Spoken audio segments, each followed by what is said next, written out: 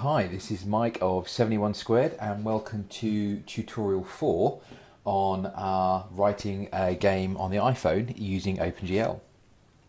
So thanks to everybody who's been following these tutorials so far. I've been learning loads doing them, so it's been great so far from my point of view. And obviously, as I'm going through, I'm finding new ways of tackling some of the problems that we're coming up against. So just like in the last tutorial where we made changes to the game loop, I am, as I go through, making changes to the classes that we've already created just to make sure that we are able to do some of the things that I found I need to do and made some of the changes that I found are necessary to achieve things like improve performance, for example, which is something we're going to cover today.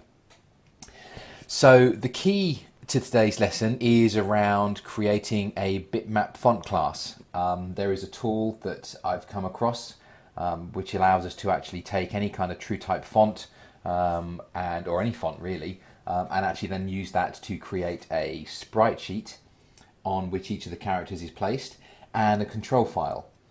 The control file will allow us to identify where on the sprite sheet each of the characters are, and so by using those two items together we should be able to render any kind of string to the screen. Now, in covering this off today and covering off the creation of the class, I am going to be making changes to both the image class and the sprite sheet class. This isn't just because of the Bitmap font class that I'm creating, but I've actually found that there are some fantastic performance gains to be had by changing the way that I'm drawing things to the screen. One of the lessons that I'm going to be doing is going to be covering the tile map class that I've just finished writing. And while creating and writing the tile map class, I found that using the image class as it is now to just put lots and lots of images on the screen is and can be very, very slow. As soon as you get above sort of 10, 20 images, the CPU on the iPhone just gets completely maxed out. And doing some investigation, it's basically because I'm drawing each of these things individually, and you're therefore doing a call to GL draw arrays for each item. Actually calling that API, that OpenGL API call, has got a lot of overhead in terms of CPU usage. So if you look at if you go through instruments and you check out the code, you'll see that the actual OpenGL renderer is under 50% utilized, but the actual CPU is spiking quite heavily, and that's what then causes things to go slow and to jitter and to not be as smooth as they could be. So I did some research on this and found that the best way of actually putting many things on the screen is to use a single or as few OpenGL calls as possible. So I've started to use the GL draw elements call, which allows me to place all of the textures and all of the quads that I want to put onto the screen into two arrays, and then you feed those two arrays into this one command and it will go through and print all of those quads with all of those textures to the screen in one hit.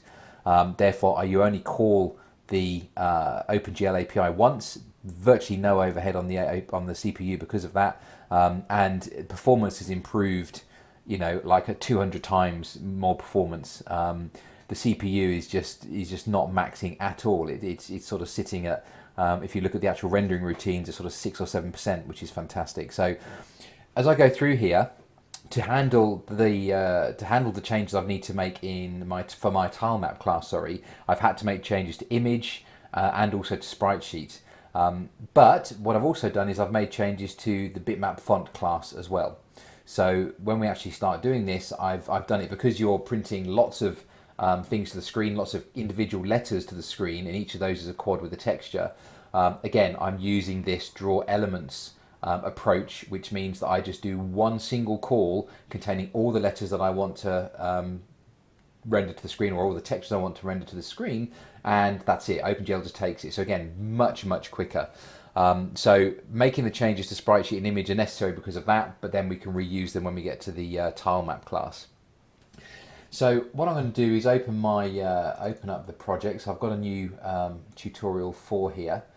So I'm going to open this up for us. And what we'll do is we'll just jump straight in and start making some changes to the classes we've got. So the first one that I'm going to make changes to is going to be my image class. So if we have a look in the header here, what I'm going to do is start to bring in some extra bits and pieces. Now, one of the other things that I noticed, and again this is through more research on my part, is that again there is quite a bit of overhead on the system when you bind to a texture. So when you select a texture that you're going to use as part of your rendering, that's quite a bit of overhead. So again, in situations where you're using a sprite sheet, you don't want to bind that sprite sheet texture every single time you print something off or you render something on that sprite sheet. It's the same texture every single time. You don't want to have to redo that texture or rebind that texture. It's just a waste of cycles again. So what I've done is made a couple of little changes to handle that, and it means that I have to keep track of what the currently bound texture is. And I've done a very simple way of doing that, which is I've actually gone and added an extra variable to my game delegate. So what we'll actually do before we get started into, oops, so pop that we didn't want. Before we actually get started into the image class, we'll just quickly go and make a change to our app delegate. So if we go into the OGL game app delegate, what we want to do is I'm going to add a straight integer here, which is going to be called current texture. Now you remember that when a texture is generated, when you get OpenGL to generate a texture, it gives it a name, and that name is an unsigned integer. So I'm just going to store an integer here, and I want to be able to access it through a getter and setter. So I'm going to do that in the properties, current texture, like so. So I'm going to save that, okay, and build, and we can see there that we didn't get any errors come up in the build. And that's pretty much it. So that's just setting the fact that I've got somewhere where I can store my currently bound texture, which we can grab later on. While we're in app delegate, there's also another quick change that I want to make, which is that when we have this on the screen, we want to hide the status bar at the top of the iPhone. So we want where it says the carrier and the signal strength and the battery and that, we want to sort of hide that off the screen. So all I'm going to do is I'm going to add a very simple command to do that as well, which again is part of the app delegate, and that's inside the appdelegate.m file. So just before I run my main game loop, I'm going to do a UI application call, which is going to go to shared application, and we're going to set the status bar style. Sorry, in fact no, we're going to set the status bar hidden. Okay, and we're going to say yes, it is hidden, and we're going to say animated as well is yes. Not quite sure why that didn't come up on mine. Like that, just quickly save that. Got a couple of warnings there, and that's because I haven't synthesized. So to actually finish off getting the getters and setters, I have to synthesize those items there, so we'll save that. Good. All right, so I've now got this sort of global variable, if you like, which I can access, and we'll see how we do that later on, called current texture. And in there I'm going to store the currently bound texture. And I've also just gone and used this command here to switch off the status bar. So the status bar is going to be hidden when the application loads. So that gets rid of that. So on to the image class itself, and we'll start off with the header, and we'll start making changes in there. Now, because in here I want to access the that current texture variable that I've just created inside the app delegate, I'm going to need to be able to access the app delegate. So if we do an import and we do OGL game app delegate, so we'll drop that in there. And the next thing I want to do is I want to create a structure. So a structure is just a nice way of being able to maybe, for example, create your own types. So that you can inside that type have a collection of other types, like a collection of floats in a particular structure. For people who have used to C and C++, structures are a very common thing that you use. Certainly when you're doing game development, the more that I'm reading up on this stuff, it looks like there are some benefits to be had by using structures rather than classes. Again, in some of the investigations I've been doing, for a 2D game like the kind of thing that I'm creating, I'm not seeing Objective-C being a big issue in terms of performance. It seems to be absolutely fine. Now that I've started to tackle some of the OpenGL approaches that I'm using, I'm getting really huge performance gains. So Objective-C certainly isn't a bottleneck in performance. at the moment, which is why a lot of people sometimes use C or C++. For the moment, I'm sticking with Objective-C. I like object-oriented approaches as opposed to the C way of doing things. So I'm going to stick it this way. But sometimes you do want to create structures in here, so I'm just going to do one now. So I'm going to do a type def struct, and I'm going to call it underscore quad2. Okay, so that just tells me I'm going to create a structure which is going to be a type definition. And in here, I'm going to have a few items. I'm going to have basically the four corners of my quads. So you remember that I was saying to make use of the commands like gl draw elements, I have to hand it an array of all the vertices that I'm going to draw, and I have to hand it an array of all of the texture coordinates that I'm going to draw. And it then goes through each of those arrays and identifies which texture goes with which quad and then renders them to the screen, all within hardware. And because it's all in hardware, it's just so much faster than doing individual calls to the API and less CPU load. So what I need some kind of structure which can hold the four corners of a quad in a very simple fashion, which I can then populate and store into a bigger array, and then I can hand that array off to the gl draw command.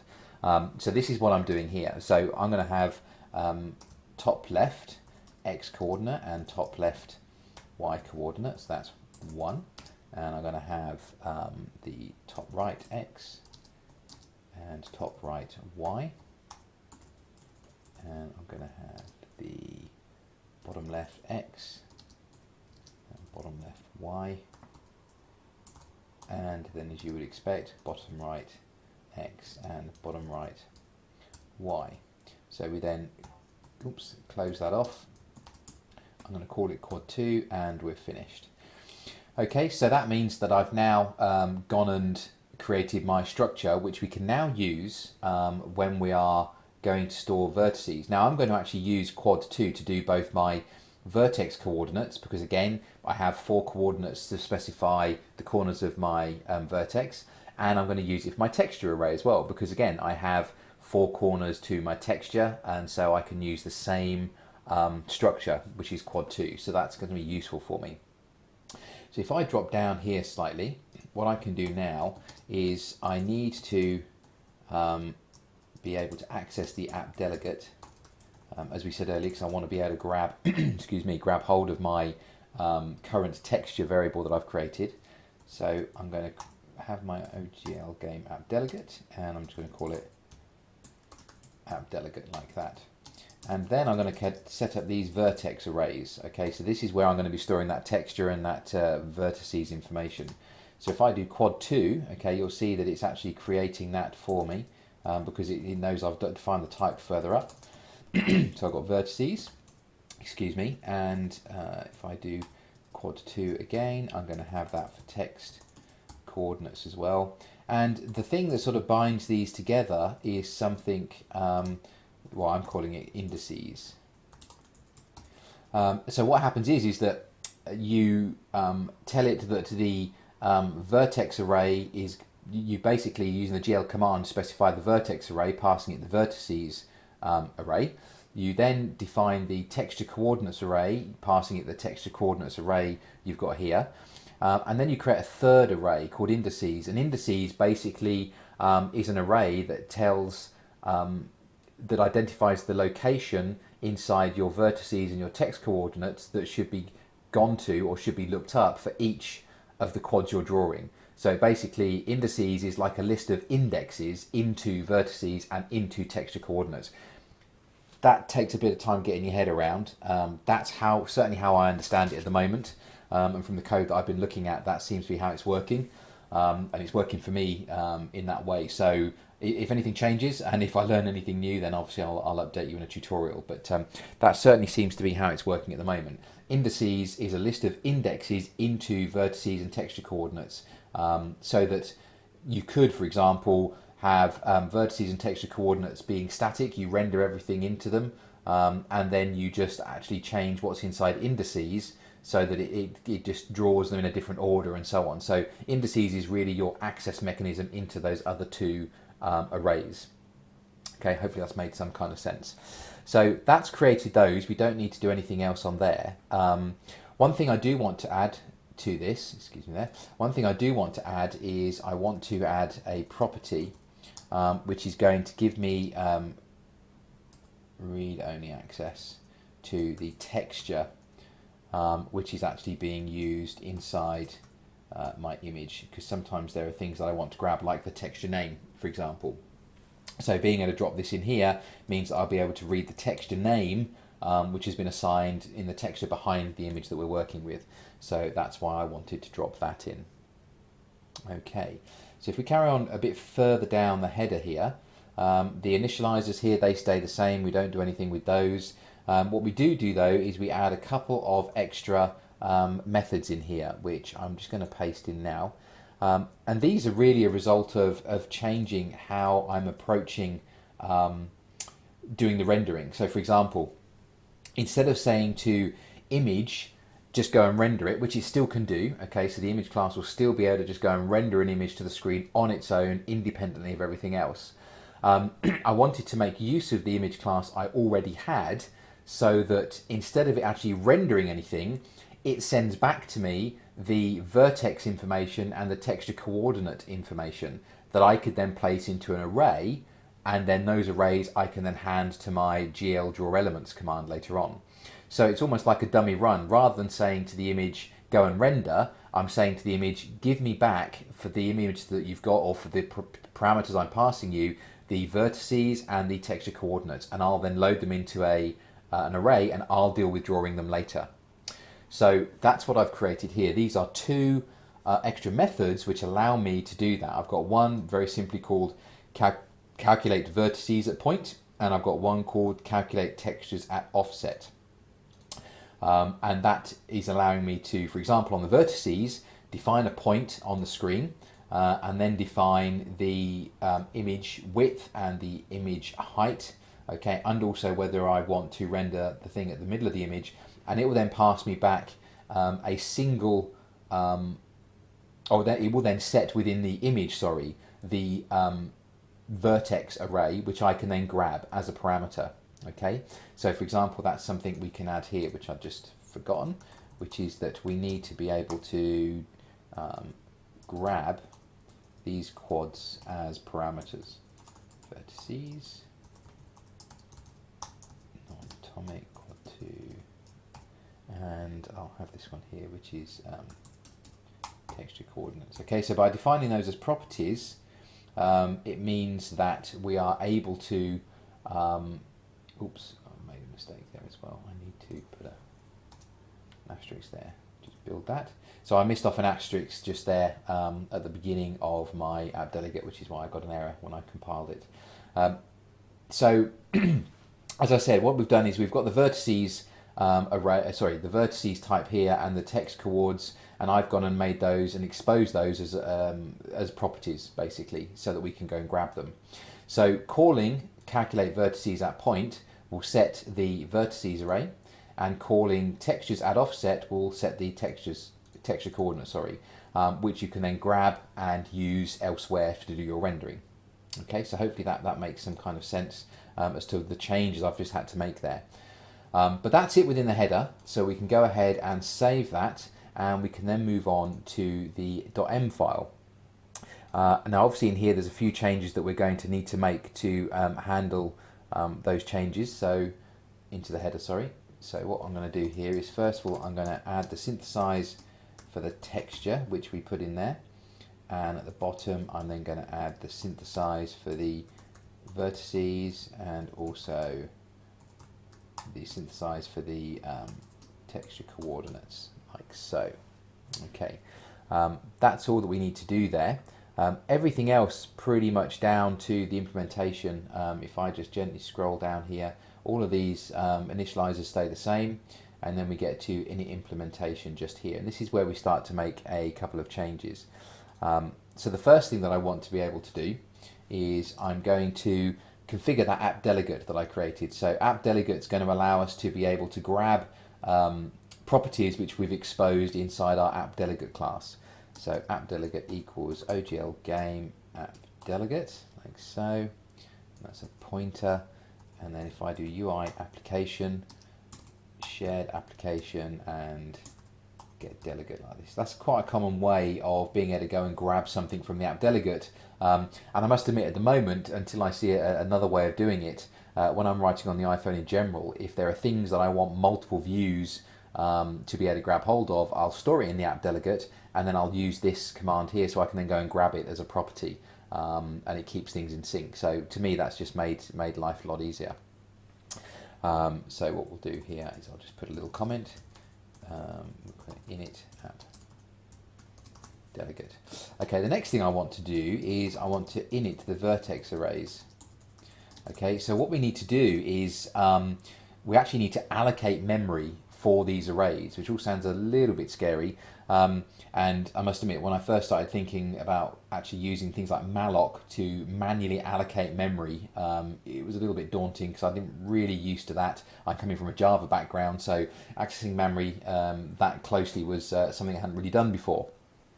But it's ended up being not too painful. And what I'm going to do is I'm going to paste in now the next lines of code which actually do the allocation of my arrays, if you like.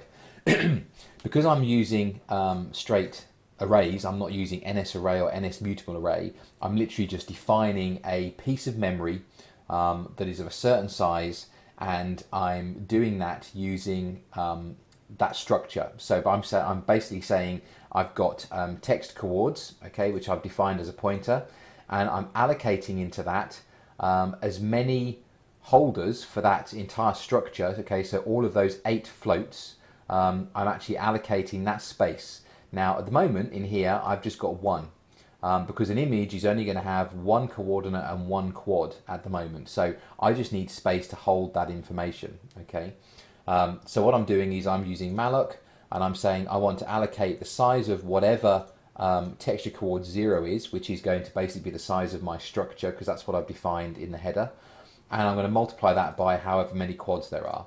And I'm going to do the same for vertices, and I'm going to do the same for indices as well. Okay, but for indices, I need to increase the size because obviously indices is going to be holding the vertexes of each of these as well. Okay, so it's going to hold the indexes into texture coordinates, and it's going to hold the indexes into the vertices as well. Okay, as short integers, as you saw, as unsigned shorts, as you saw earlier. Okay.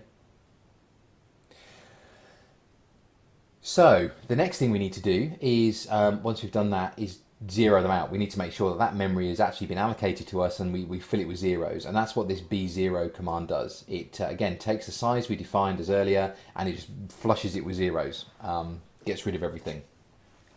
And the last bit here is setting up our indices array. Okay, so I'm being fairly static here in that I'm basically saying that the indexes that are going to be held inside indices are basically just linear. Okay, so we're going to have the first indices in here you pick up is going to be for the first vertex and the first texture coordinates. The next one you pick up is going to be for the next vertices and the next texture coordinates. I'm not skipping around inside these arrays at all. If you were, then you would need to define the information I've got here more real time, I suppose, because you're going to have to change that as the game's actually playing. At the moment, I'm just saying, however big indices is, I'm going to just make it point to the vertex and the texture coordinates, or I'm going to make the indexes that I store in here point inside vertices and texture coordinates just linearly from 0 up, okay, which is what's going on inside this loop here.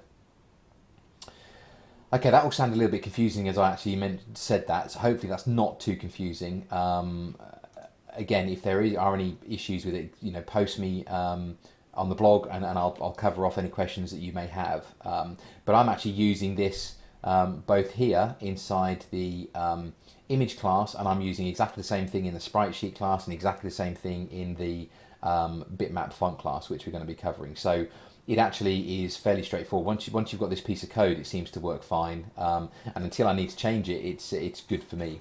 So I'm going to leave it as it is.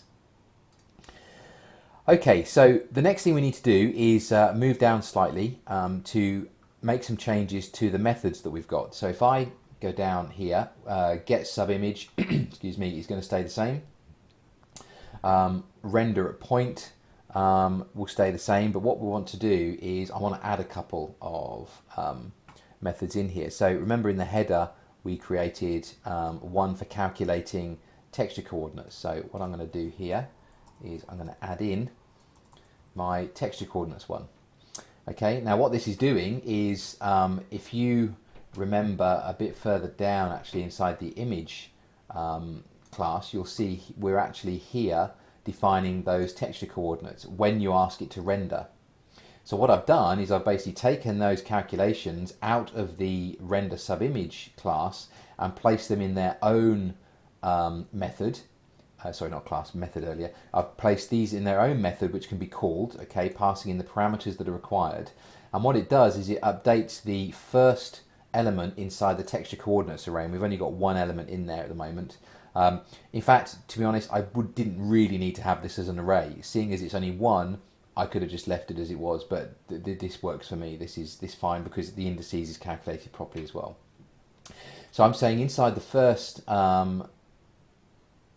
index of texture coordinates, place the calculations that I've done earlier. Okay, so that's what that's doing. So that will mean that the texture coordinates will contain the information of the texture that is linked to this image. I then do exactly the same, except this time it's for the vertices points. Okay, oops, sorry. It's for the vertices points. So what we have here, go back up, is calculate vertices at point. This takes the point at which you want to place it on the screen. And again, it takes the width and the height of the image that you want to render, and it also asks whether you want to render based on the center of the image, and if not, it will be the bottom left hand corner of the image. Again, this code should look familiar because this is exactly the same code that I had inside the render subimage method already. Okay, if we scroll down, you can see the code is just here. And what I've done is I've taken it, and again, I'm updating the vertices array with that same information. All right. So because I've now got those two methods which can calculate those things and set the properties for me, we can now make changes to the actual render subimage at point method. Sorry. So if we go down here, oops, and render subimage at point, we can actually remove an awful lot of this. So I'm going to highlight all of the render subimage at point, and I'm going to replace it. And there we go, that's made it a lot smaller, because instead of the code actually being in here, I still call calculate vertices at point, passing in the information, and I still call calculate text coordinates at offset and passing the information.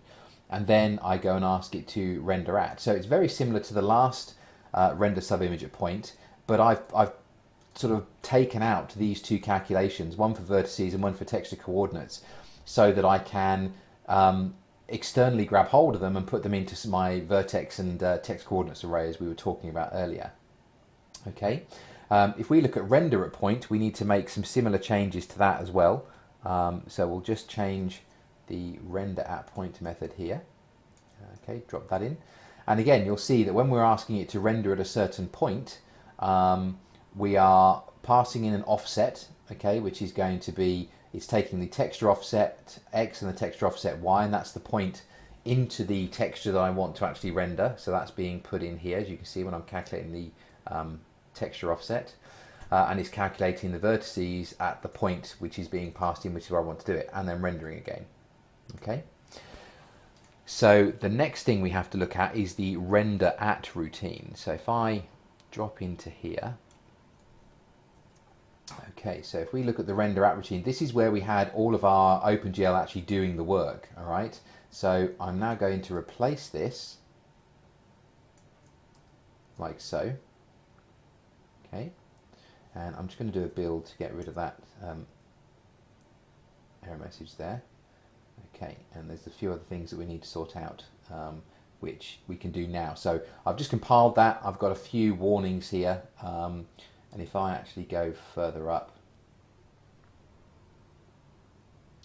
okay, the warnings are because I need to change the, I've changed the render at signature, so I actually need to change that in here as well. So what I've got to do is change that to a quad 2 pointer, and change the vertices to also be a quad 2 pointer as well. So compile that, that should get rid of some of those warnings. got a slight error here, no declaration of the property in the header. So let's have a look at that.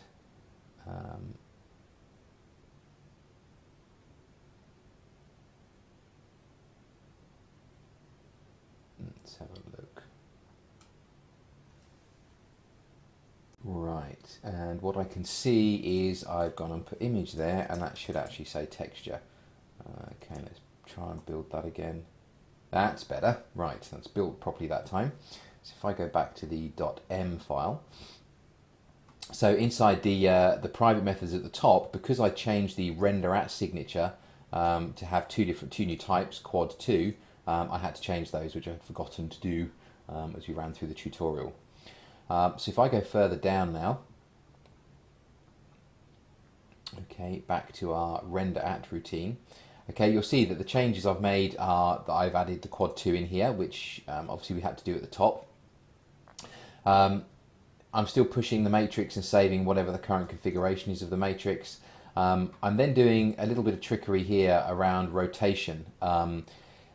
There's a difference now. Whenever we were calculating the quads before in the image class, we were always calculating the quads as going from 0, 0, and then it was just width and height that was being used to calculate it, because it didn't need inside the quad information to hold the actual physical location on the screen, because I was doing a translate inside the image class to actually move to the point where I was going to draw it, then draw it from there, which would be 0, 0 as far as the quad was concerned, and then translate back again. We're not doing that now because I'm actually taking the vertices information away. I need the vertices information as part of my vertices array to hold and to actually be basically the location on the screen where it's going to draw. So instead of it being from 0, 0, 0 and then width and height, it could be from 200, 300 and then width and height. So because I'm doing that, rotation was going a bit screwy on me if you rotated an image. So what I do is I actually translate to the point where the image is going to be drawn. I then do a rotation, okay, and then I translate back again, and then I actually do my drawing. And I'm not 100% sure why I'm having to do this at the moment. I need to get my head around it a bit, but in testing this seems to work fine, and actually the images stay rotated properly, even though I've changed how they're being drawn. Everything else in here is pretty similar, apart from this little routine here. And you remember at the beginning I mentioned that I want to be able to bind a texture, but only bind it once. So if it's already the same texture that's bound, binding it again is just wasted overhead. OpenGL won't look at this and say, you've already bound it, I'm not going to bother binding it. It will just bind it again. This has to do with being able to bind things to multiple contexts at the same time. So OpenGL can't really do the check itself. It has to rely on you to do the check to see whether you truly want to bind something or not. So this is where I'm doing a very simple check. I'm saying, go and get the texture name for the image that we're in. And if it's different from, and this is where I'm using appdelegate.currentTexture. Okay, so by doing the work we've done before means I can just access the current texture property through dot syntax of the appdelegate. If they're not the same, then it means that I'm just about to draw something that belongs to a texture that isn't bound. So I bind it. I basically bind the same texture here for the image, and that's it bound. And that very simple check just means that if we've got one sprite sheet, we never rebind. If we're printing the different images, but they're all from the same sprite sheet, we never have or we don't have to continually bind that image, which does save some precious cycles when we're actually doing this stuff. Everything else on here is pretty much exactly as you would expect. I've made some changes to the vertex pointer. I've just changed the variable name here, QV and TC, but I'm still drawing an image on its own using the draw arrays and the triangle strip. So again, that's not changing at all either. But that's basically it on the drawing of an image. So we've changed the image class to handle being able to define vertices and define texture coordinates so that we can grab them for our own needs later on. So what this means is that we are now ready to have a look at the sprite sheet and look at the changes that we've made to the sprite sheet. So I'm going to flick over to that now. We'll start off with the header in here. The first thing we really need to do is at the bottom of our properties is actually define the vertex array properties again. So these are the same properties that we had before. So if I do quad 2, because we're importing image, and image is what contains the structured definition of quad 2, then we know about quad 2 inside sprite sheet, which is why it's come up. So I want to have one again called vertices, and I want to have one which is going to be called text coords, like so. Okay, we'll save that. I then want to add the normal property commands so that we can actually grab hold of these things. I want these to be read only. I don't want anybody to be able to change them. They're only changed when we actually run the proper commands. The calculate methods is the only thing that should change these things, not you going in directly and actually making your own changes. Atomic, read only quad 2 again, and we've got vertices. Okay, if we move a bit further down, now we're going to add a few extra bits and pieces here to the bottom of our header for the sprite sheet. So I'm just going to pop those in. There we go. So you'll see the ones that are new that I've added are just here. So it's this block are the new ones.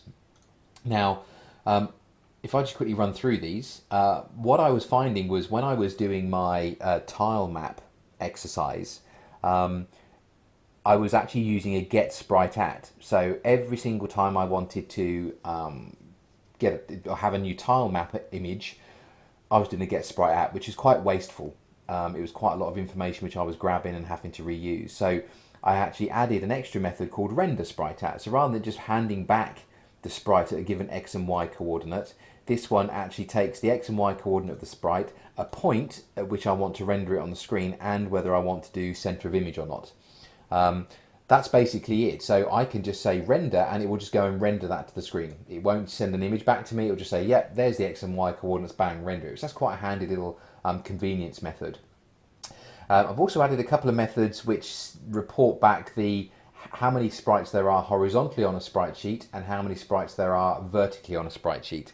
Again, two little methods that are very useful when I do my tile mapping. But again, there's probably lots of other uses that we could have to find out the count of sprites wide and high for a particular image that you've sent in. We've then got getting offset for a sprite at a particular location. So this is allowing us to calculate an offset in our sprite sheet given an x and y coordinate. So you pass in, I want sprite 10, 10, and this will be able to pass back what the offset should be for that sprite in the texture. So again, we use that internally inside the sprite sheet, and again, it's quite handy to have that externally as well.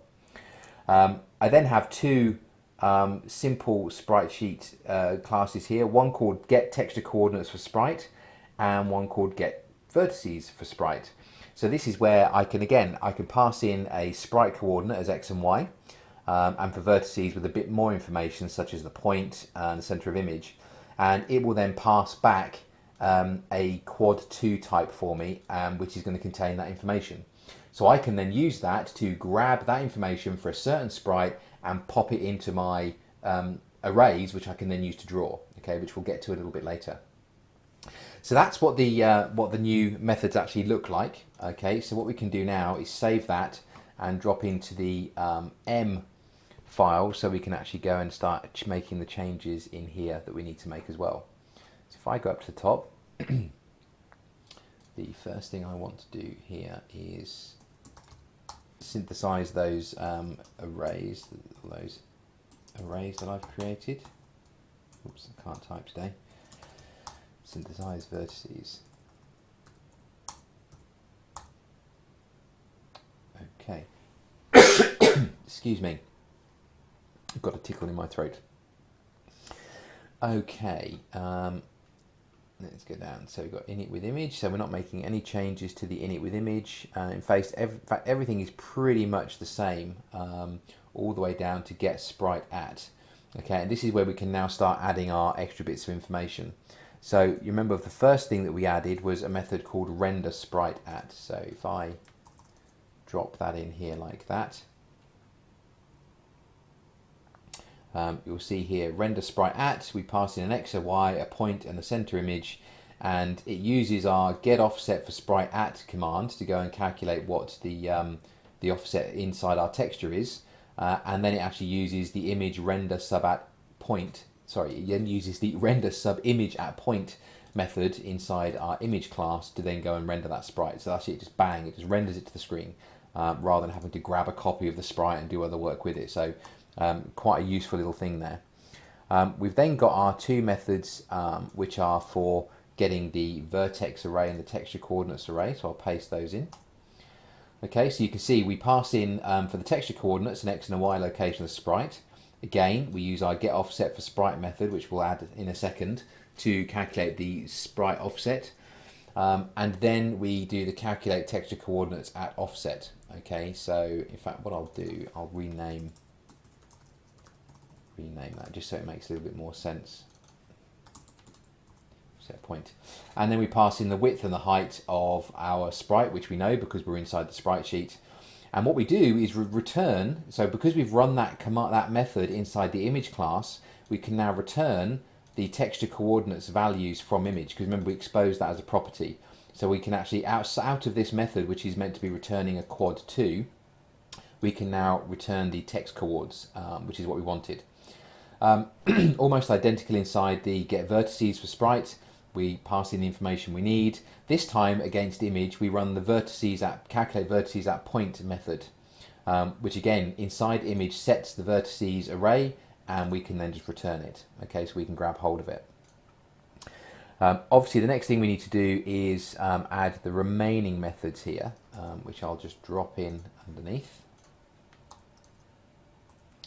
So we've got our get offset for sprite at method, which we've used a couple of times now, which does a very simple calculation, which is it uses the x coordinate and then takes the sprite width and spacing and multiplies by that. So that's how we're working out what the location is of that texture inside our texture image. And then we have the two count methods. So one of them, which is giving us our horizontal sprite count, which, as you can see, we're just taking the image width minus the sprite width, and we're dividing that by sprite width times plus spacing, sorry, plus 1.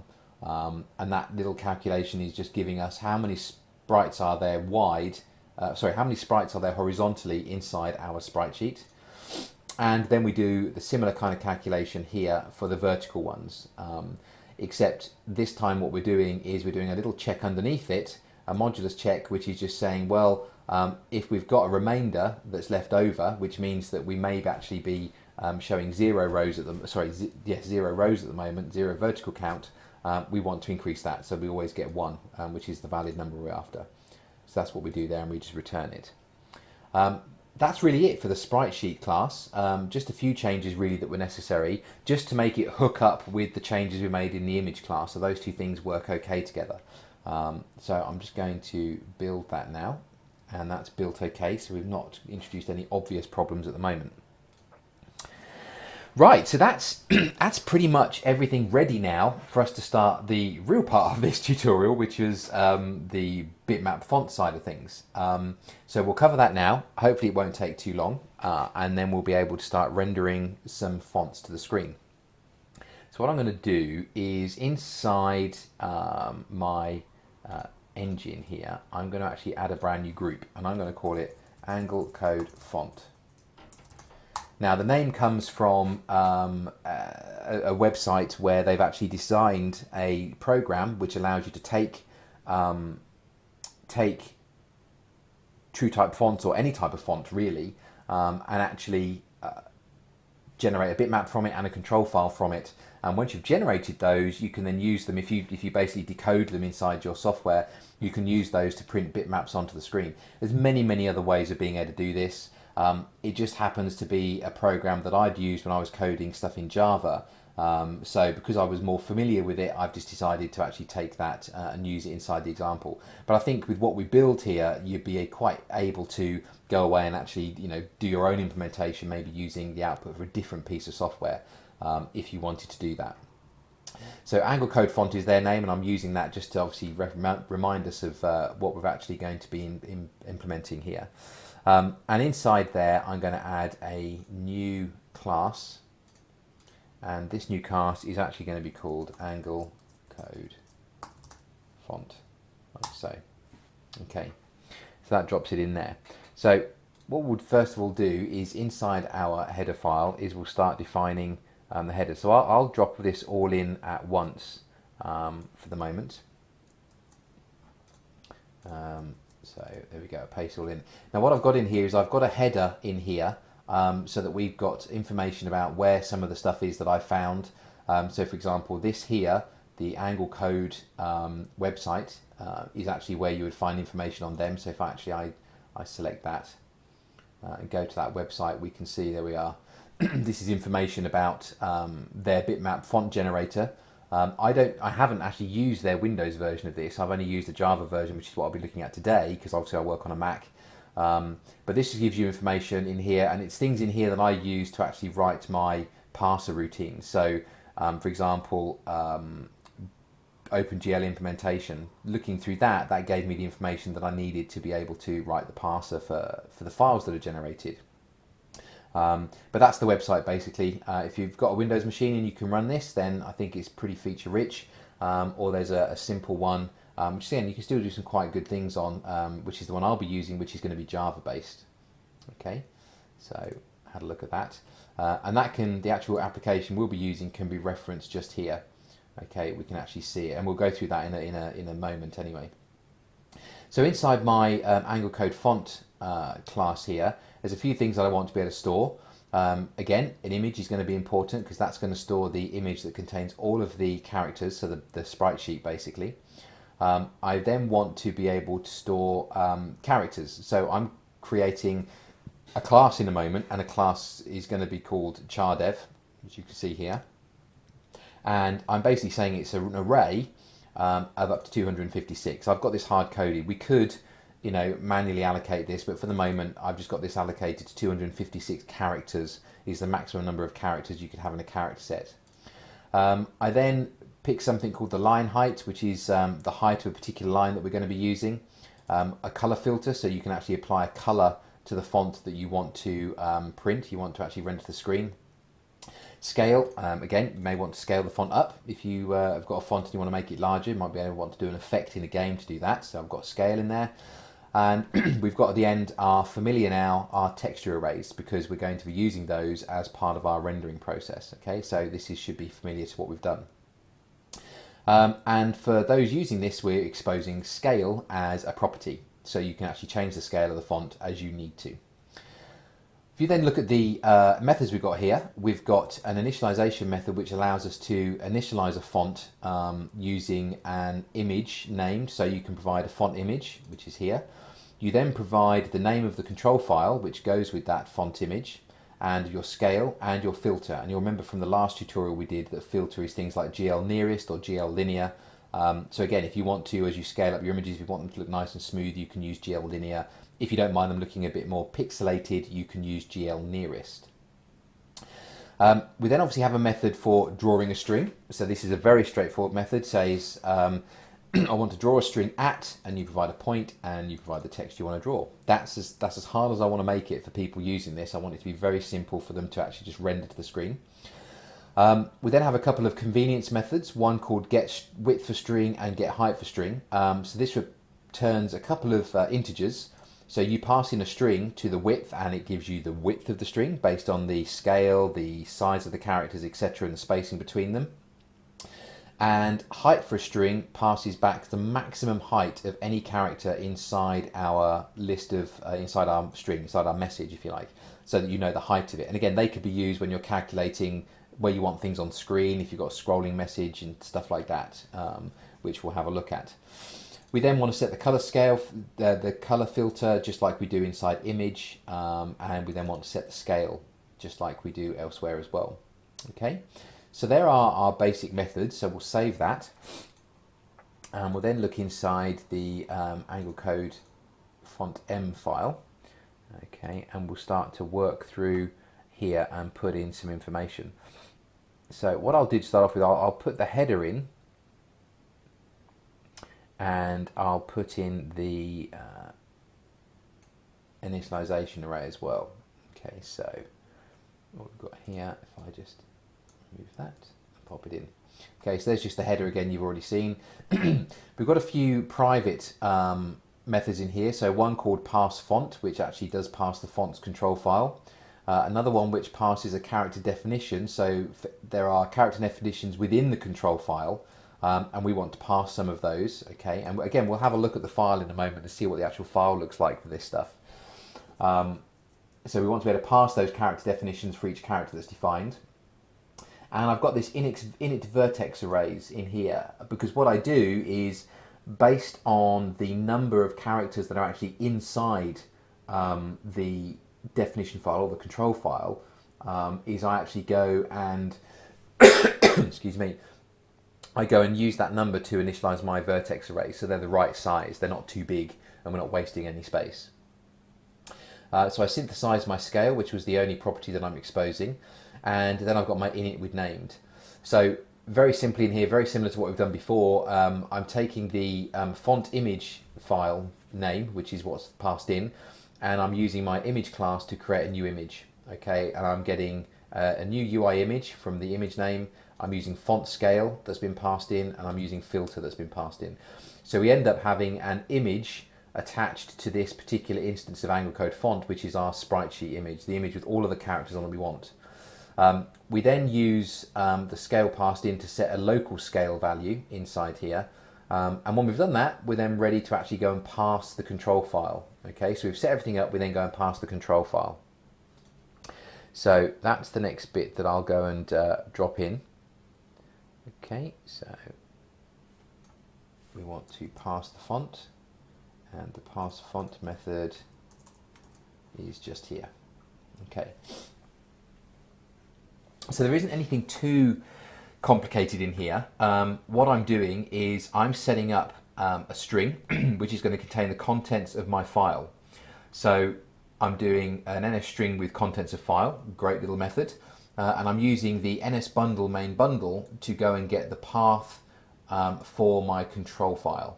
Okay, so that's the control file. I don't pass in the control file type, okay, because I have that hard coded here, fnt. So if it was font.fnt, I just pass into this font because it adds the fnt part itself. Now there's no error checking in here at the moment. I need to add the error checking so that if the file isn't found or something like that, it passes back an error. That needs to be added still. That's not as part of this class at the moment. But once we've actually done the read, we should have the contents of that file now loaded into our string. So then what we do is we create an array, which I've called lines, of all of the lines inside that. And what we're doing is we're initializing this array with the contents, and the contents we're actually breaking up using a new line marker. So this component separated by string, it's saying go through the contents that we've just read from the file, and every time you come across a new line marker, add it as a new entry inside the array that we've just created. I then create a new enumerator. So because lines is an array, I want to get back the object enumerator for that, which will be individual entities inside that, or elements inside that array. And I'm calling this NSE just for numerator. And I then create a holder for line. So I'm going to loop through each of the lines inside lines, and line is going to be what holds it, which again is going to be a string. Because I'm going to be totaling up, now again, there is a field inside the control file which tells you how many characters are in there. I'm being a bit lazy at the moment, I'm not reading that in, so I'm just going to count them myself. So as we go through and we actually process each character that's defined, I'm just counting them. So I set my total quads to be 0 to start off with. And I then run through the while loop. So this while loop says while the line that I read in equals the next object. So as long as there's a next object inside the enumerator I've got back, okay, then I want line to become equal to it. Once we've done that and we're inside the while loop, I do a very simple check that says, does line have a prefix of chars C? Okay, so inside the control file you'll see in a moment that we do have some of these in here. So in fact, it might be useful if I go up into OGL game and I actually add a group, and I'll just call this font, somewhere for us to install some font files. I'm going to add an existing font. Now, inside the project that I've posted on the blog, all of these files are inside the project, so you won't need to worry about them. You can grab them and have a look at them, and create your own, obviously, as well. So what I'm going to do is I'm going to look inside my development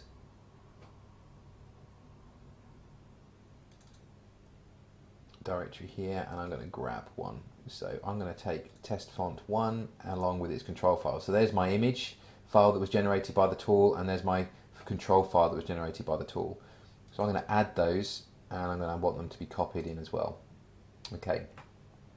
So if I now look inside fonts, we've got the PNG. So there is my rather loud font that I've generated inside the tool as my sprite sheet. And if I select the test1 font, you'll see it's just a text file. Okay, and you'll start to see it, get an idea of the structure.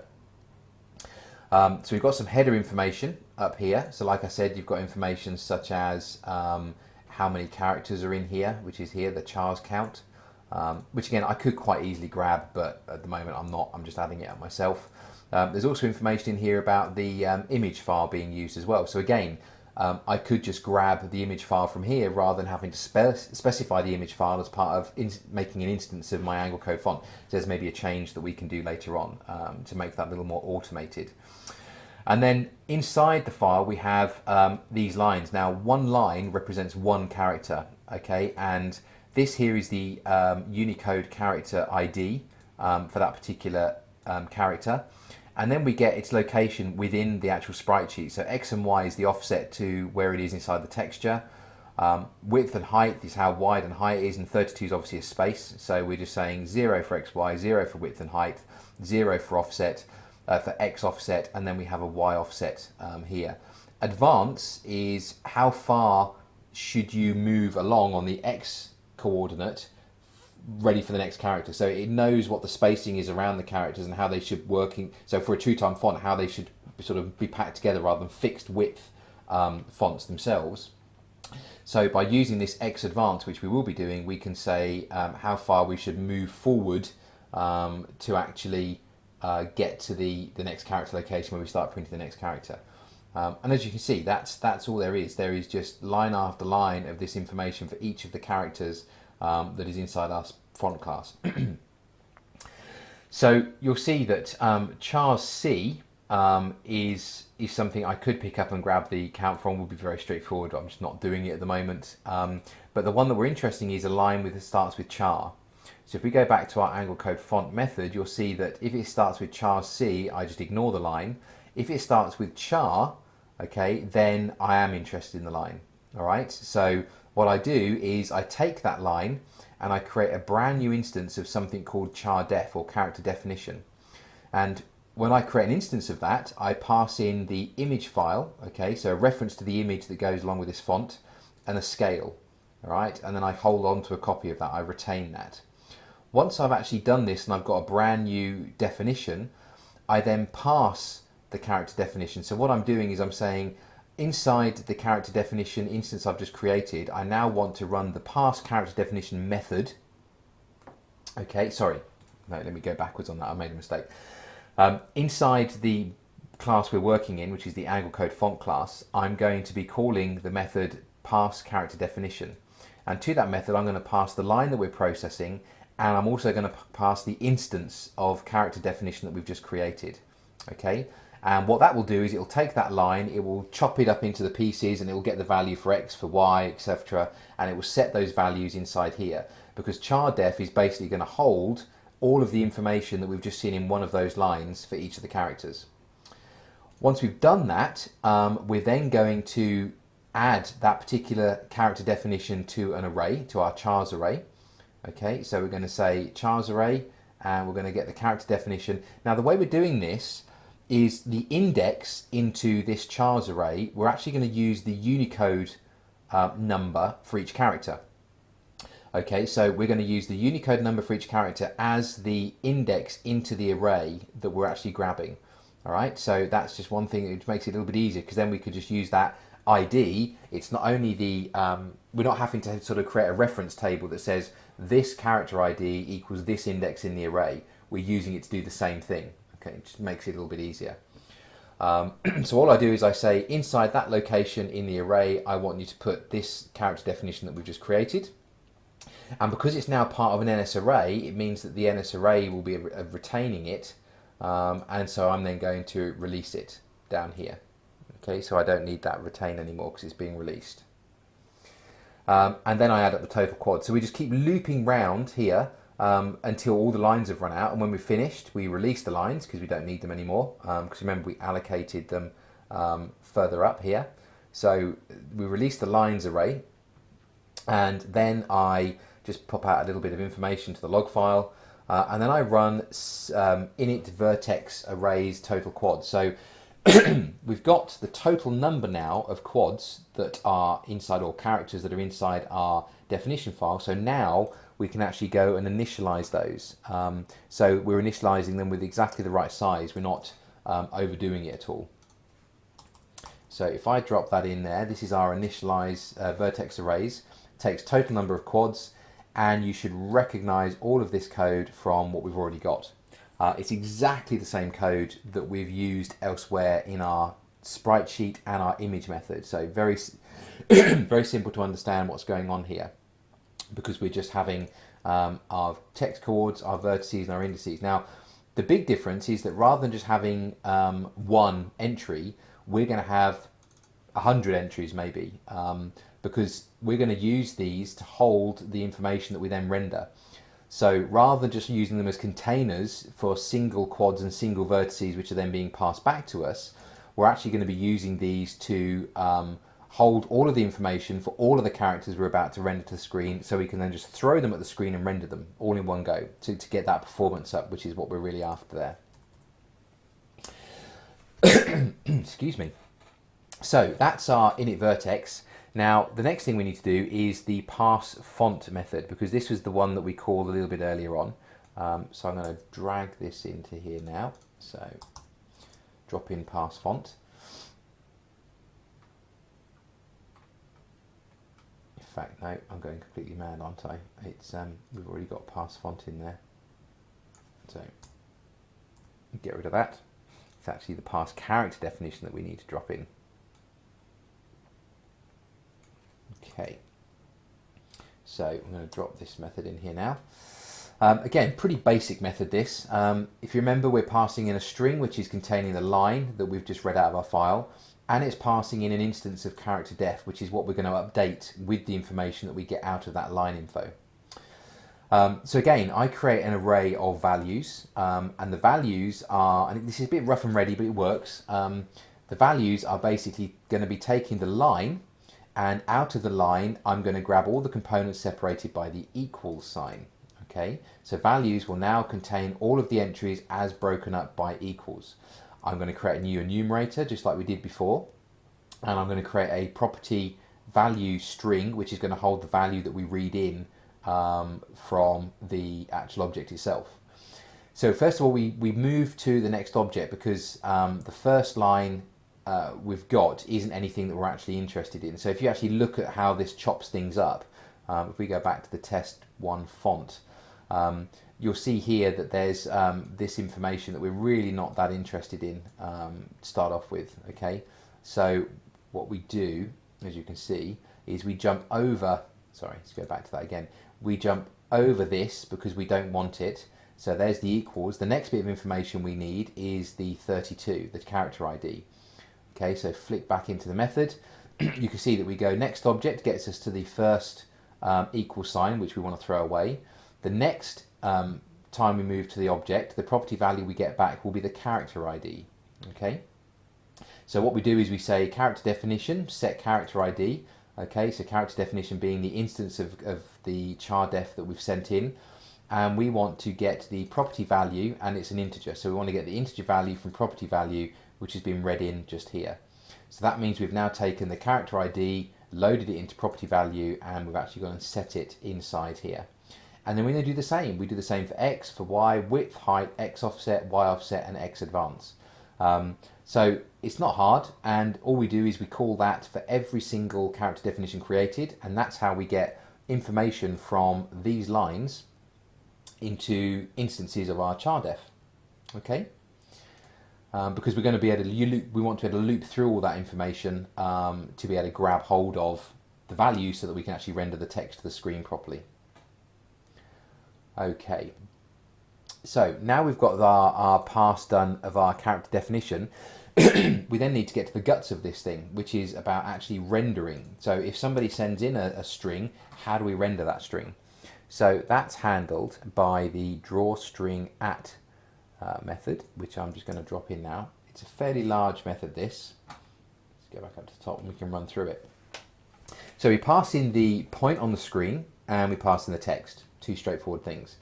Now what we want to do is we want to calculate the number of quads that are needed to actually render our string. So if our string was 200 characters long, we'd need 200 quads because we're going to render 200 characters to the screen. So we reset our quad counter. Now we're actually going to be doing rendering here outside of the image class. So up until now, anything that's been rendered has been rendered by using the image class. Because this is a special class for rendering the font, we actually want to be able to render this all in one go, not as individual images. So we're going to do some of our own rendering in here. So that's why there's OpenGL actually inside this render routine. So what we've got is we enable texture 2D and we enable the client state of texture coordinate array. So we're saying we're going to be using textures here, and we're also going to want to use the texture coordinate array when we're doing our rendering. And we also switch on blending. So these are things that are switched on normally when we render inside the image class, but we need to do the same here. The next thing we need to do is we need to bind our texture. So the image, which is part of this angle code font, is our texture. So we need to go to the texture element and the name property of that and bind it as our texture.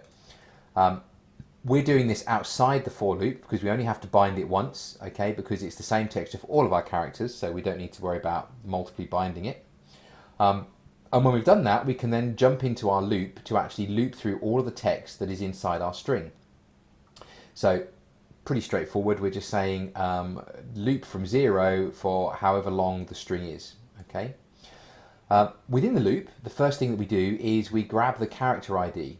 Okay, so what we do is we say the character ID is actually going to be the character at index I. So character index actually passes us back the Unicode character ID for the character that it finds there. So I will initially be 0, so it will say from character location 0 in our string, go and get me the ID. So that's char ID. I then do a little bit of maths here, and all this is just to really save some time, save some cycles. This if statement is basically checking to see whether the point that we've passed in is actually going to mean that the character is completely off the screen.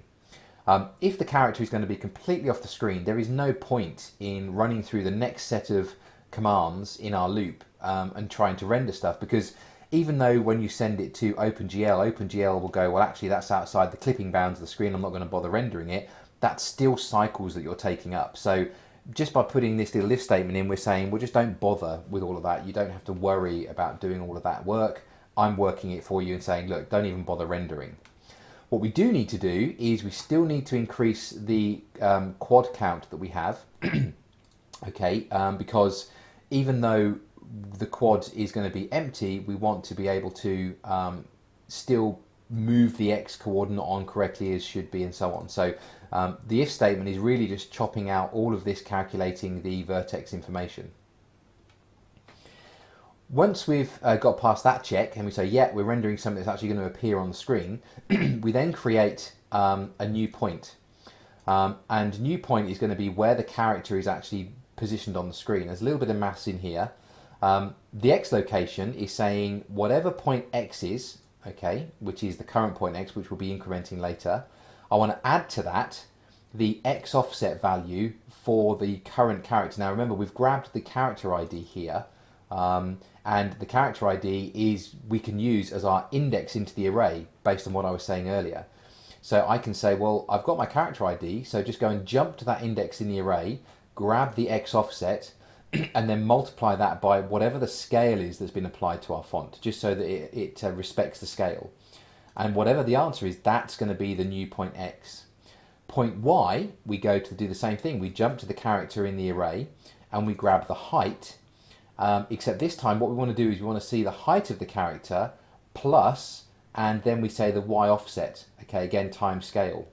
Now, the y offset is important because you want some characters to have tails that go below the line, and some characters have got fairly high backs on them. So Y offset I found is used to allow you to make sure that all of the characters sit on the line properly, but tails go low if they need to, and high backs again don't jump up. So it's a little bit of trial and error that was to work out how they need to use them, but that little bit of maths means that all of the characters sit nicely on the line and everything works properly.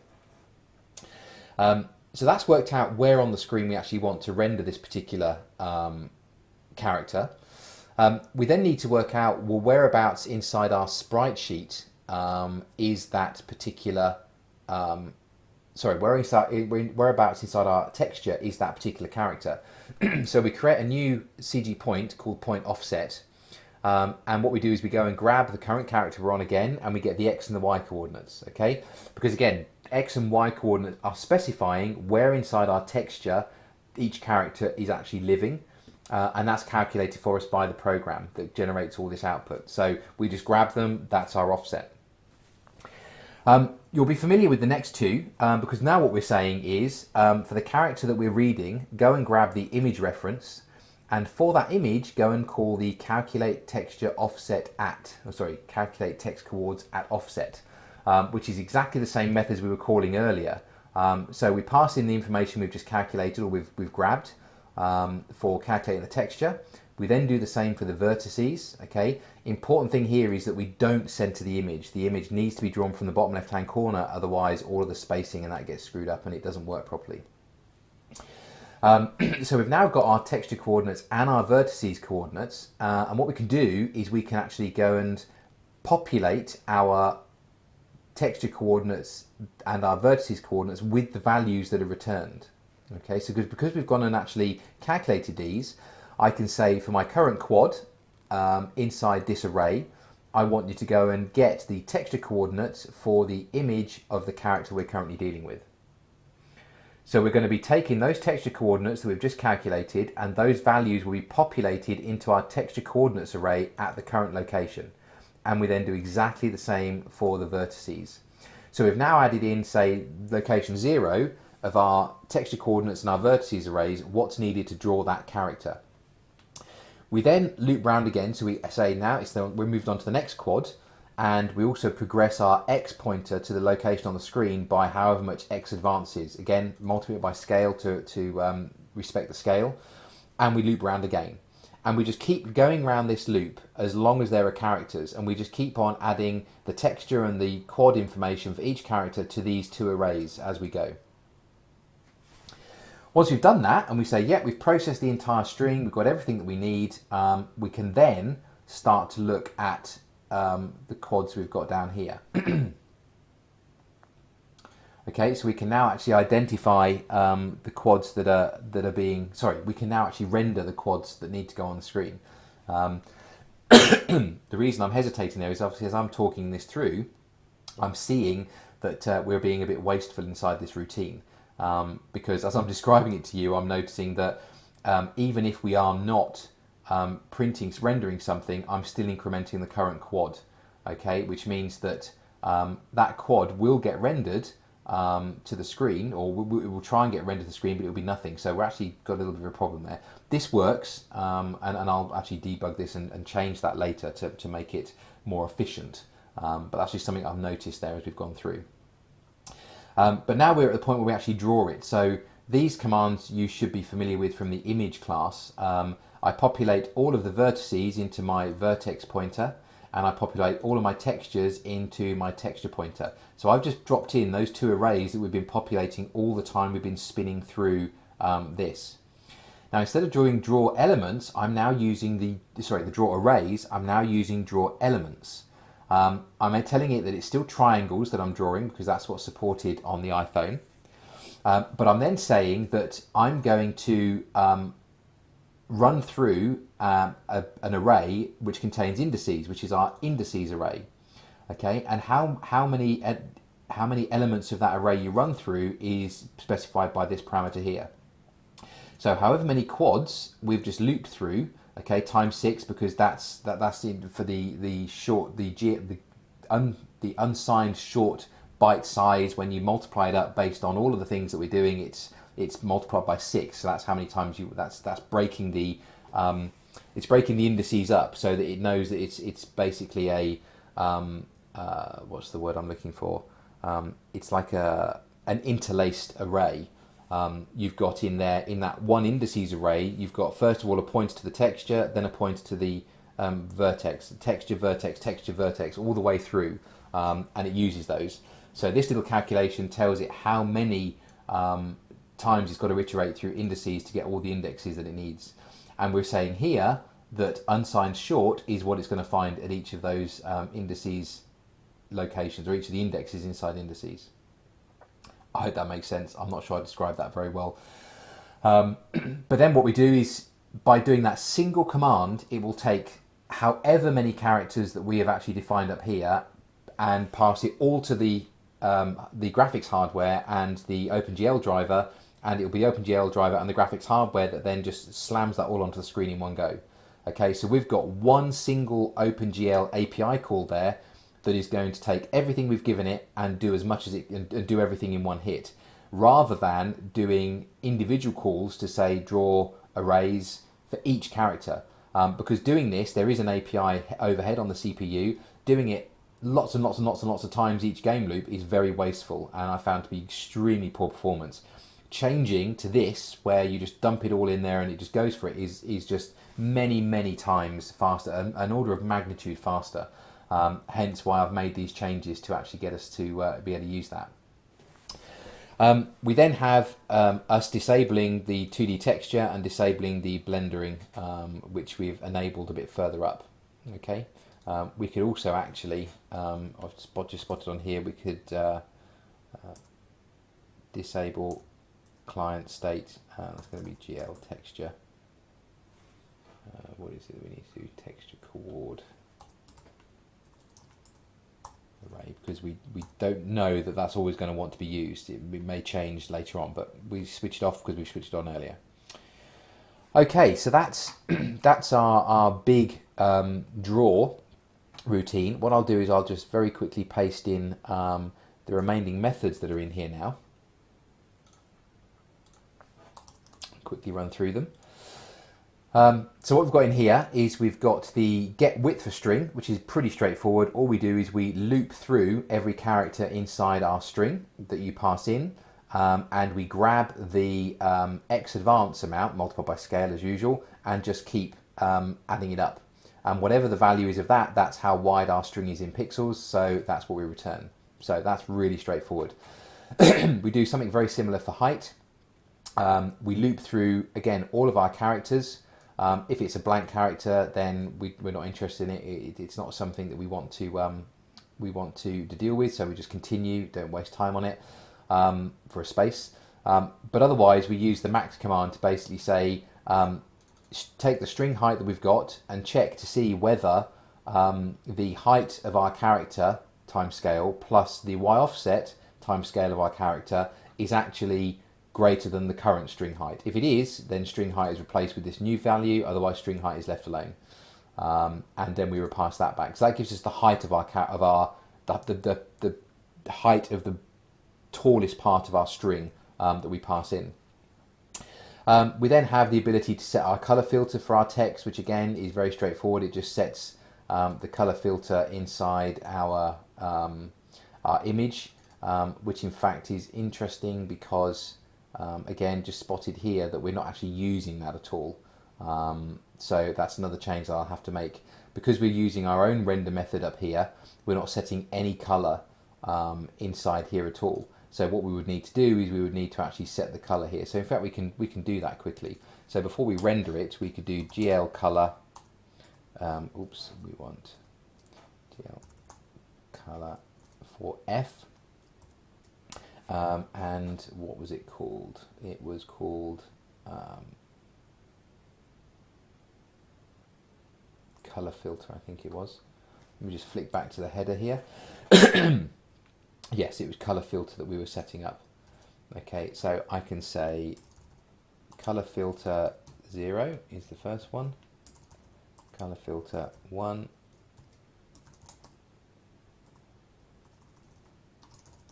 Oops.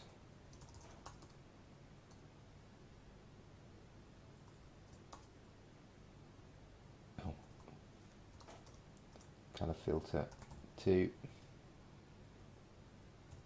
and color filter 3. Okay, so that's our red, green, blue, alpha. Okay, so we're setting that in here. And then once we've actually done our drawing, we then need to set that back. So I'm going to do it as, set it back to full white.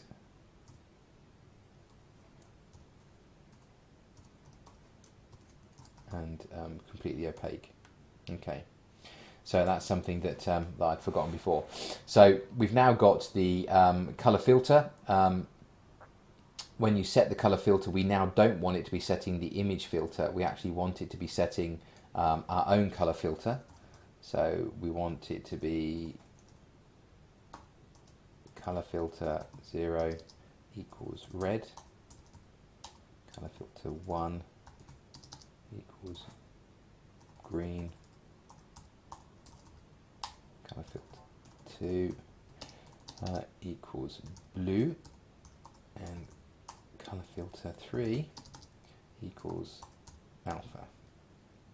Okay, so by setting those, it's actually now going to change the color of the text that we print onto the screen, we render onto the screen, which is cool.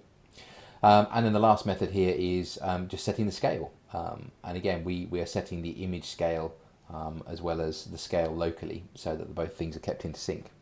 So the last thing we need to do on here is we just need to add the deallocate routine. Now, because we're going to be deallocating these sorts of things, what we need to do is we need to, as you'll see here, use the free command. So because we used malloc to actually assign these the space necessary for these, we're going to use free to actually free that space up, and then we're going to just release the image. Okay, so if I save that, that's our angle code font class completed. So now what we need to do is we need to create that other small class, which was the chardef. So we'll create chardef like so. And this is a very straightforward class. It really is more of a container than anything else, as opposed to having real sort of methods in it. So I'll just pop it in here. Okay, so we're importing image because we do use image, and then we're defining properties for all the things you saw inside our text control file. So character ID, X, Y, and so on all the way through. And we're then actually exposing all of those properties because we need to set them, as you saw inside our angle code font class. We're actually setting them, and I can get rid of that now. And then we've got our initialization routine, which actually just inits that with the image and with the scale initially. And that's it. That's very basic in terms of the header. It's just really this information that's important that we're holding on to. So if we actually go and then populate the .m file, oops, like that. Okay, again, we are using synthesize to finish off our getters and setters for the things that we've just gone and created. And then we've got our initialization routine here, just here, which is doing our init.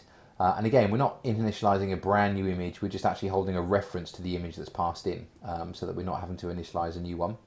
And that's pretty much it. All I've done here is I've overloaded the, sort of not overloaded, but I've actually subclassed the description here so that I can actually populate the description. If you ask for the description of a chardef, it just populates information about what is actually being defined in there, which was useful when I was doing the debugging. And then lastly, we have this straightforward dealloc routine. So if I save that and I go for a build, okay, so everything's built successfully, so hopefully nothing introduced to that's too bad.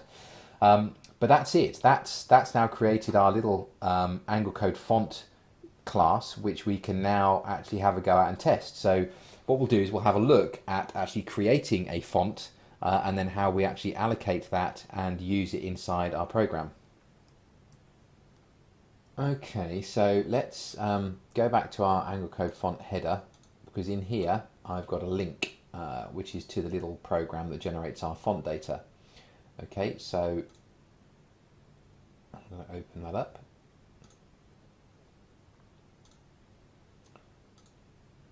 And here's our little hero font program. So This is the Java version. This is the version that I use. It's recently been upgraded by a chap called Nate, who's done a good job at making it full Unicode support, because it didn't used to support Unicode, but it does now. And in very simple terms, you have all of the fonts that are loaded on your machine on the top here. If there's a font that you want to use that isn't actually loaded, then again, you can actually select font and pick it. But otherwise, you can pick the font here. And as you select it, you can see that we're getting some sample text on the right, and you're getting a view in the bottom. Now, what I normally do is I have the glyph cache one on, and I make it 256 wide. So that's basically giving you an idea of what the sprite sheet will look like when it's generated for the font. Okay, and you can go through. Okay, so you can see I've got a font there called Arcade, which is one that I've downloaded off the internet. So I think I'll go with that. I think that looks okay.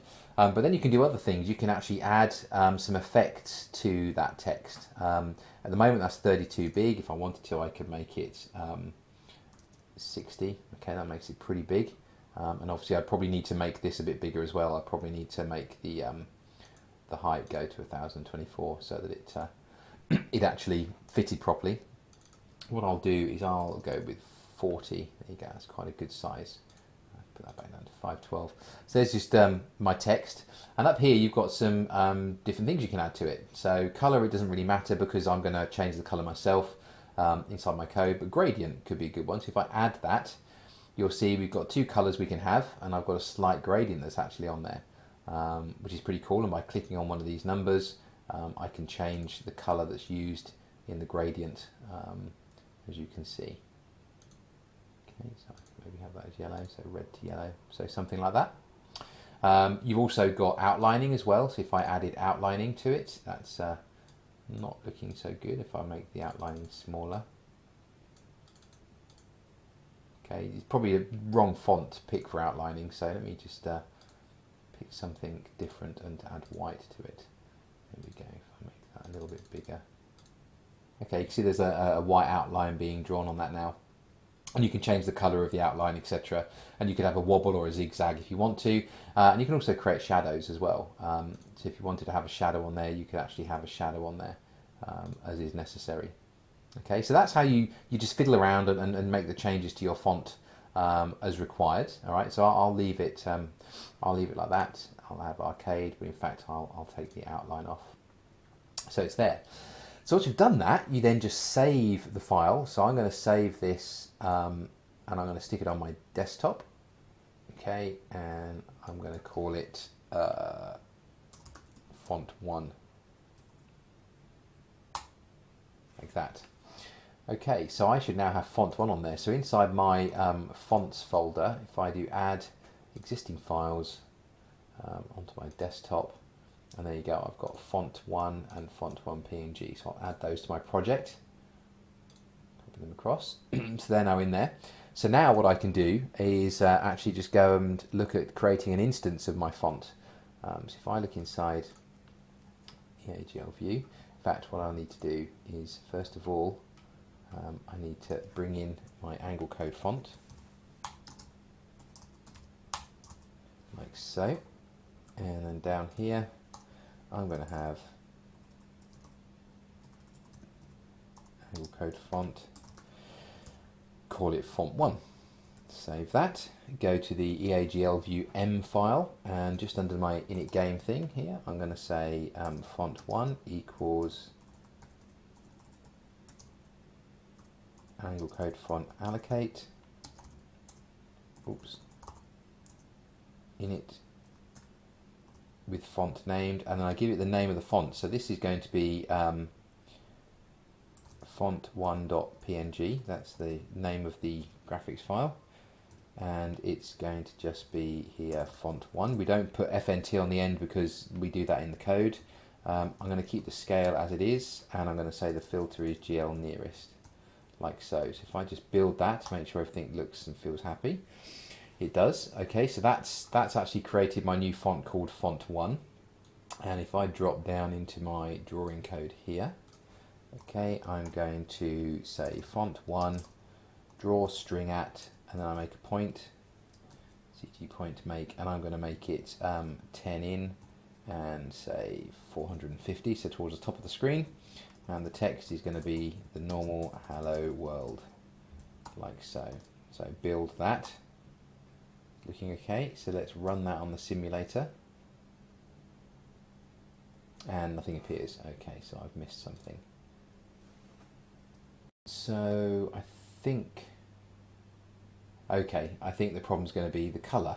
That's the one thing that I've changed that wasn't in my my original class that I've written. So yeah, I think what we've done is, if I go back to the angle code font, what I've done, we're not actually setting any default values for the color filter, because in the header we've got a color filter here, which we're now using as part of our draw, but without setting it, we're not got anything. So it's going to be 0, which is going to be completely, transparent with no color.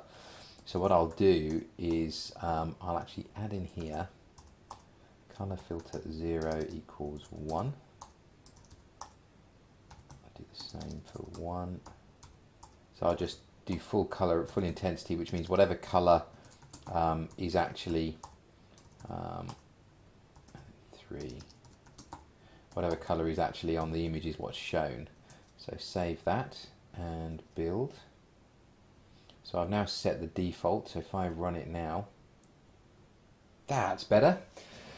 There we go. So you can see that we've got our piece of text being rendered to the screen using the font that we selected. Okay, which is pretty straightforward. And then there's the other stuff that we were rendering last time.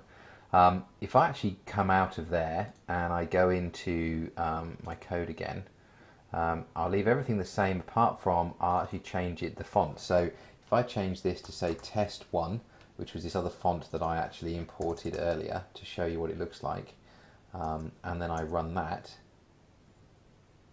you'll see, can't see all of it, it's quite a big font, but it says hello world. So it's really simple now to just add some text. We may want to have, say, a scrolling message, make it a little bit more interesting. So what I could do is I need to add a couple of things up here. So I'll have message width I need to hold, and I also need to hold an X location for the message as well. Okay, like so. And what I'll also do is I'll have a string called message. Okay, so we'll save those. Then up here in my initialization of the game, I'll say that message equals hello world. We do there. Message X is going to be 320, which is the very right hand side of the screen, which we need, and message width is going to equal, now this is where I can use one of my font things, like I say, font1 get width for string, and I can pass in message. Okay, so that's done what I need there. If I then go down to my game logic, I can say that message X plus equals 0.2 times delta, and we need to check, so we can say if message X is less than negative message width. So we've got all so the width of the message is now completely off the bottom of the screen. Then what we can do is we can then say message X equals 320, put it back to the right hand side again. So if I build that, we then need to just go down here, and instead of having 10, we need message X to be the location of our message. Okay, so let's run that. And we're not actually getting anything. Okay, what have I missed? Message X.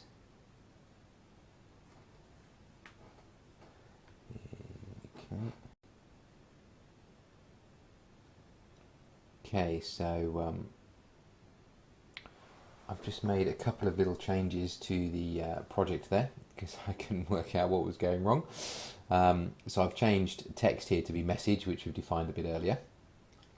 And everything up here was okay. Get rid of this line, we don't need any more. But what I'd done is I had gone and in the header file I defined a message as an int. and I wasn't getting a negative number for it to go below 0, and it was getting stuck and it just wasn't doing everything it should have been doing.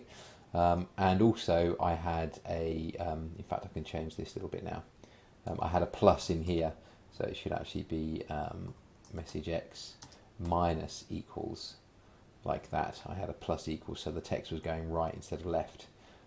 So if I build this now and run it, there we go, we should have a much smoother, much nicer hello world.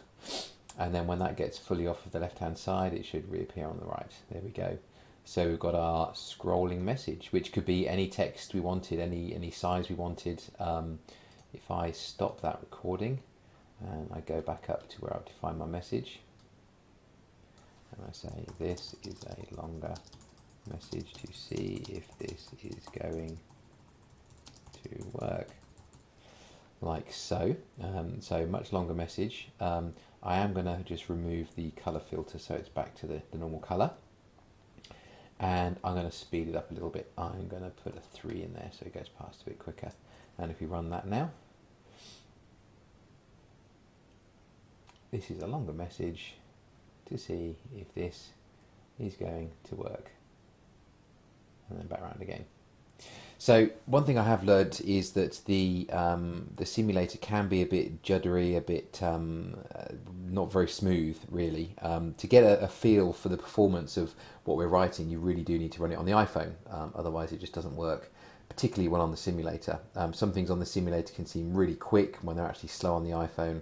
And vice versa for some reason. So it's good just to make sure your code's running and get a general look and feel, but definitely running it on the iPhone to get the real feel for its performance is a lot better and a lot closer to reality, obviously, because it's the real device. So hopefully that's been of use to you this time around. It's been a bit of a complicated one because I had to cover things on sprite sheet and image to allow us to use these draw elements and vertex arrays. But I think the vertex arrays are definitely worth it. They certainly speed up the writing of text to the screen. They've certainly speeded up by an order of magnitude the ability to do tile maps, which we'll be covering in a later tutorial. So it does make a big difference, and I think it's going to be really useful when we come to actually doing some real game programming, if you like. So that's it for this tutorial. The next one is going to be on animation, which should hopefully be a lot shorter because this again has turned into quite a long tutorial. So thanks for sticking with it if you're still listening. And then we'll follow up after that with a tutorial on tile maps. So post any questions, comments, queries, and I'll get back to you all soon with the next tutorial. So thanks for watching. Bye bye.